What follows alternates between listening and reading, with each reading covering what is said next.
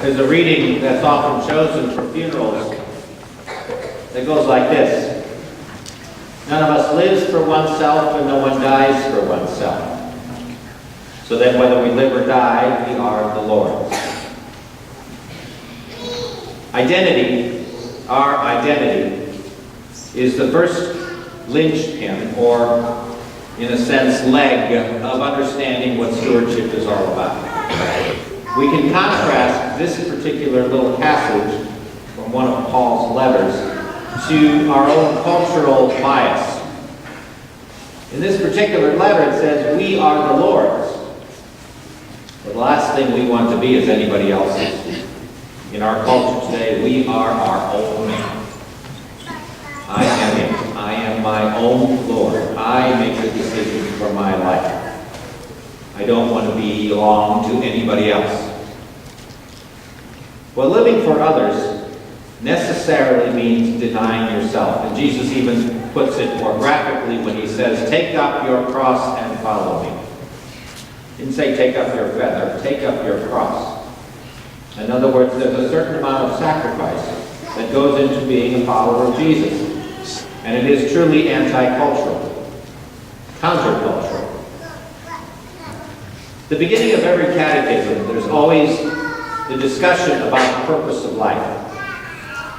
In the Baltimore Catechism, the one that many of the older generation here, older than me, actually used when it comes to teaching or understanding religion, we were asked that very first question, why did God make me? And the answer was to know, love, and serve Him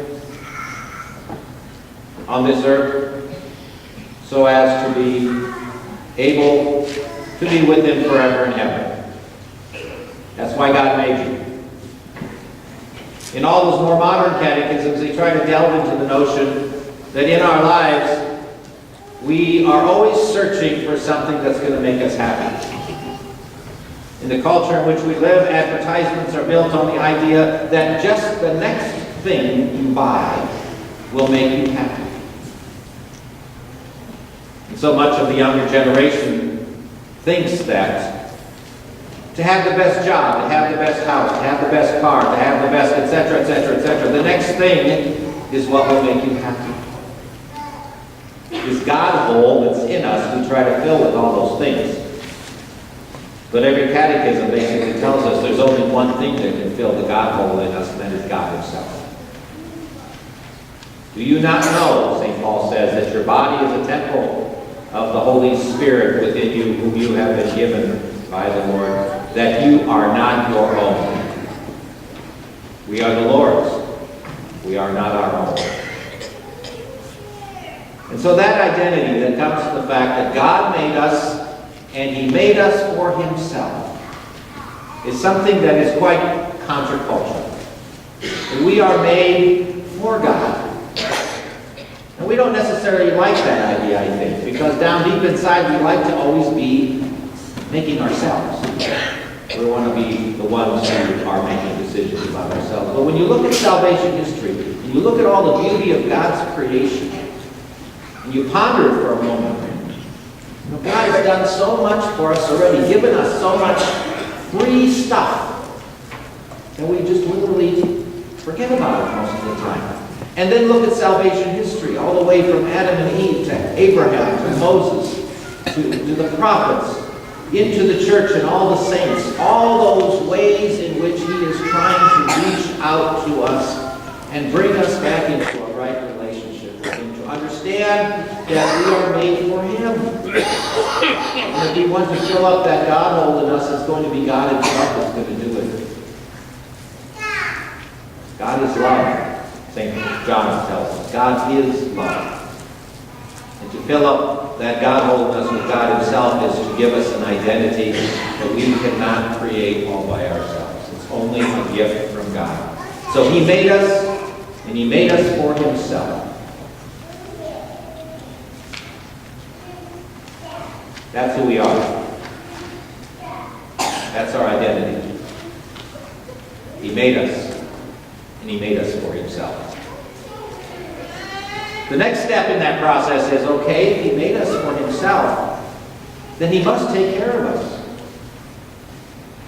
And as I referred to earlier, look at all the ways in which God has taken care of us.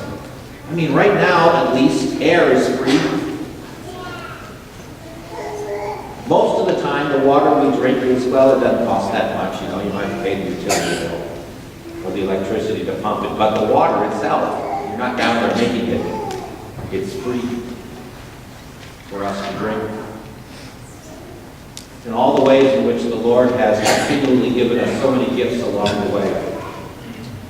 He really does want to take care of us, and we have to kind of get it through our heads that He really is taking care of us. He's giving us so much. It's like the atheist, you know, who thinks that, oh, I can create anything, you know, we just need the science to do it. I can take anything and I can make something out of it. And the believer says to him, okay, make your own dirt then. In other words, God has given us so much already. He is the one who has made us. He has made us for Himself, and we can trust Him. It brings up a certain trust relationship that we have with God, that God will take care of us. Because He has already given us so much. He's given us our talents, our abilities. He's given us a country that's free. He's given us so much that we can take for granted. Think about how difficult it is to go on a mission trip to a poor country. Because for the week that you might be working down there, you'll be lucky if you're going to be able to take a hot shower. It might be a cold shower. It might be no shower. A hot shower. Something we're blessed with here to be able to have one. These are the simple things that we can take for granted. We recognize that in many ways God really does shower us with so many graces. And if we can't really trust Him, then maybe we really don't believe that He is Lord of our life. We still are being a little bit duped into that cultural bias which says, I am Lord of my own life. Trust means that God has only good out for us. Trust means that God has only the best out for us. He wants only the best for us. Yes, there's evil. Yes, there's pain. And yes, there's suffering. And yes, there's sometimes very huge evils in the world. And so how can we say we still trust God? Because we believe that He really does have the best for us. And that through His providence, He will weave together all of these things in some wonderful tapestry someday. The church teaches us in the Catechism that at the second coming of the Lord, there's an added revelation that takes place to us at that time. Different from our own death where we are judged at that moment. This end of the life experience, end of the world experience, is where we get to see the tapestry from God's perspective. And we get to see our own mistakes and our own sins and our own good deeds, all in the midst of how God worked out His plan to save the world. All that will become clear. It's not clear now, but it will be. And I believe, and I trust, that He will give that to me someday. So I don't have to worry about all the answers to every question. I don't have to worry about proving that God exists because there's evil in the world. I don't have to worry about all that. I trust that the God who loves me and has given me my very identity is going to take care of me and take care of that question. What this kind of trust calls for is recognizing something deep about myself, my relationship to the world, that I'm really not in control. I think I'm in control every so often. I might like to be in control every so often. I might even take control every so often, but essentially I'm not in control. It's God's will. And so many things mean letting go and letting God. I believe that God has a plan for us, and in His providence, He will weave it all together. Now this trust that I have in God also comes back upon me. Am I trustworthy? What I put on with that idea of being trustworthy is just basically kind of a conscience question. Am I truly the same person in this church as I am when I go out there? In other words, do people see a difference between me sitting here in the pew and what I do out there? There's no doubt that all of us are sinners, and yes, there's a certain sense in which we are not going to always be perfect out there. But sometimes that perfection is pretty far. There's a huge gap there. Compassion is one of those words that I kind of put with that notion of being trustworthy. And sometimes there are those who are blessed with so much. Like Matthew says, if you're going to be trustworthy in small things, I'm going to make you to be over larger things. So are we the same outside of church as we are inside of church? Trustworthiness covers a lot of areas in our life. As an example, do we see ourselves outside as being able to take care of one another? A little bit. As I hear stories about, people struggling at this time of the year relative to getting started with their planting next year, and that loan from the bank, and the whole issue of low prices and high rent. How can we be a people who truly outside are what we are in here, and look for generosity to be expressed in a way that supports one another? Trustworthiness also means that sometimes it feels like I don't have enough money to do the things I want to do, as in not enough money in the parish to do the things I want to do. And I've come to understand that I trust God to take care of it. And you know what? He does. He's always done that. He's always taken care of it. That's been my experience in 35 years of priesthood. And so God's got a track record that I can also trust. I am made in God's image. I am the Lord's. I belong to Him, and I trust Him completely. What does that bring about? The third thing, gratitude. God has taken care of me and is taking care of me, and I can trust Him, and I can be grateful. Germans aren't usually grateful. We're kind of duty bound. We're kind of like, well, that's what you're supposed to do, isn't it? Gratitude is kind of fluffy. It's like a feeling. And yet, that's what the Lord wants us to have. It's gratitude to Him and to one another for all these gifts that we've received. Now, gratitude brings about something else in us. It has a way for us to look at the things that we have, and we have a little bit of a different attitude towards them when we come at it from the perspective of the identity and the trust and the gratitude. And it's this: that we start to be saying to ourselves, enough is enough. Enough is enough. In other words, I don't have to have everything. I don't have to have everything. I don't have to be jealous of someone else. I don't have to be envious, even though sometimes I am. You know what? I really do have enough. I have enough to keep me alive. I have enough to take care of my family. I have enough.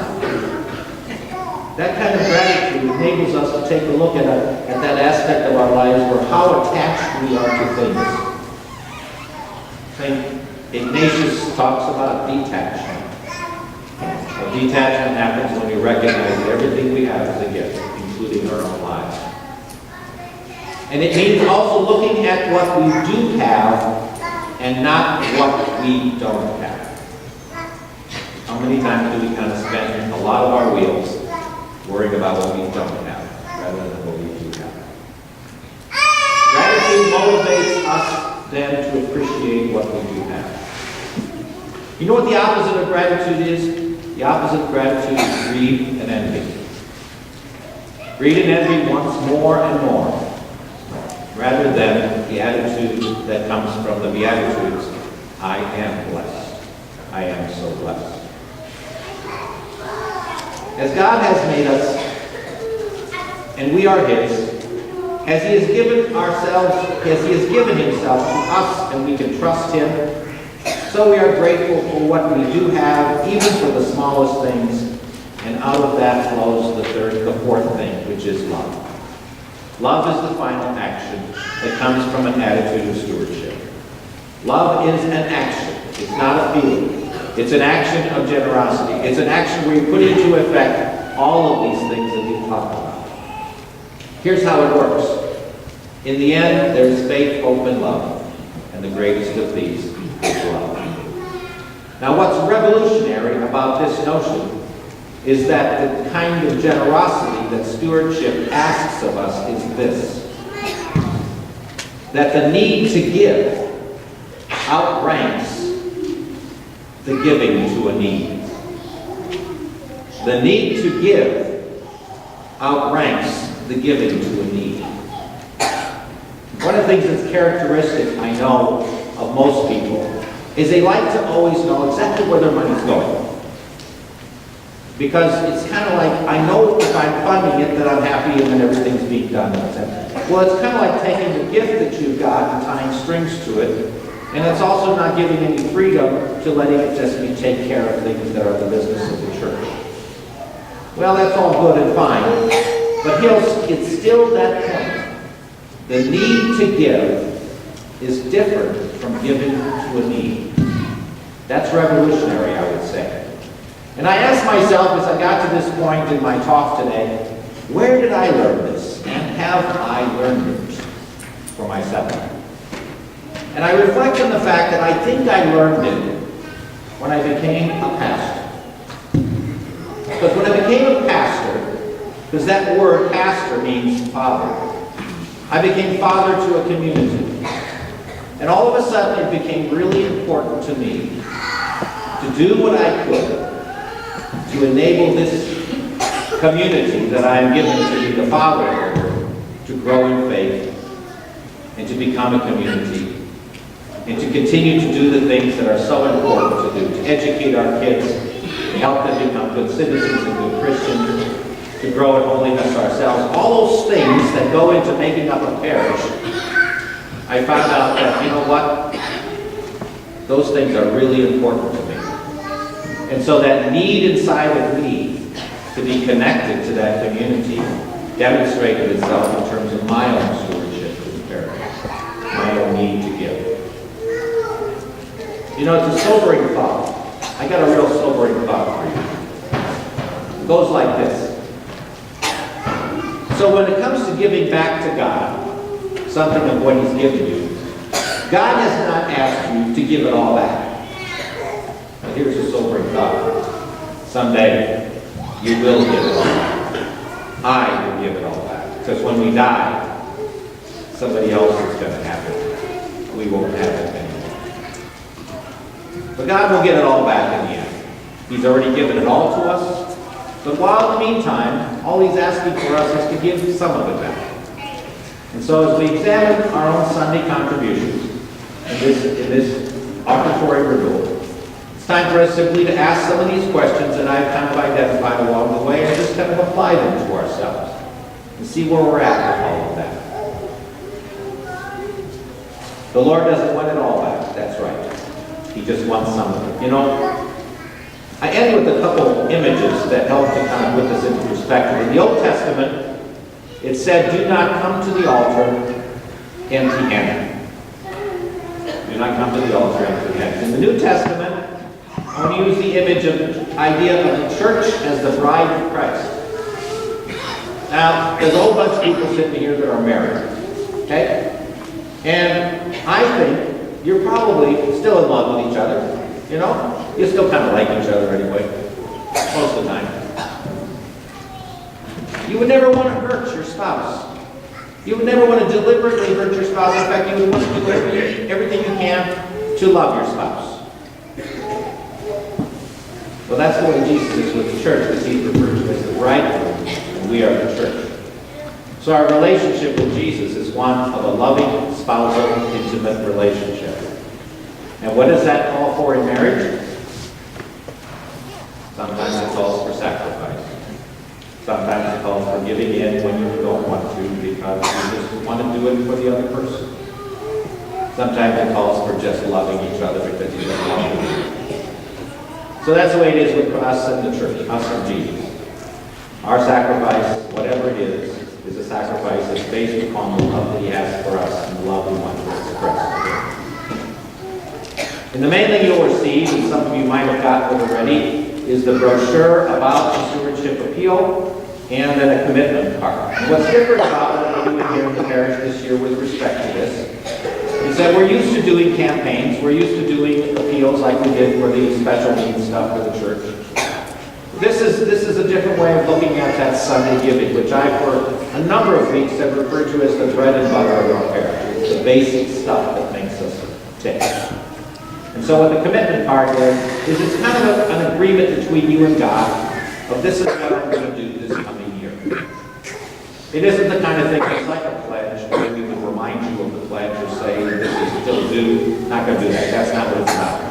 It's a kind of a commitment, a kind of a way for you to mark down, this is going to be my goal for this year.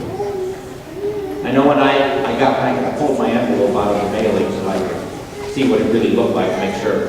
And I filled out my card right away. And I figured, okay, I can round it up a little bit. And so I'm participating in it in my own way too. So that card is kind of a personal commitment between you and God. It's not like a pledge to a campaign. But it'll help the parish to have some indication of how our income will be over the next year. So there you have it. Our identity. We're made by God, and we're made for God. And we can trust Him, because He has taken care of us and has claimed us. And we can be grateful for all that He has done for us.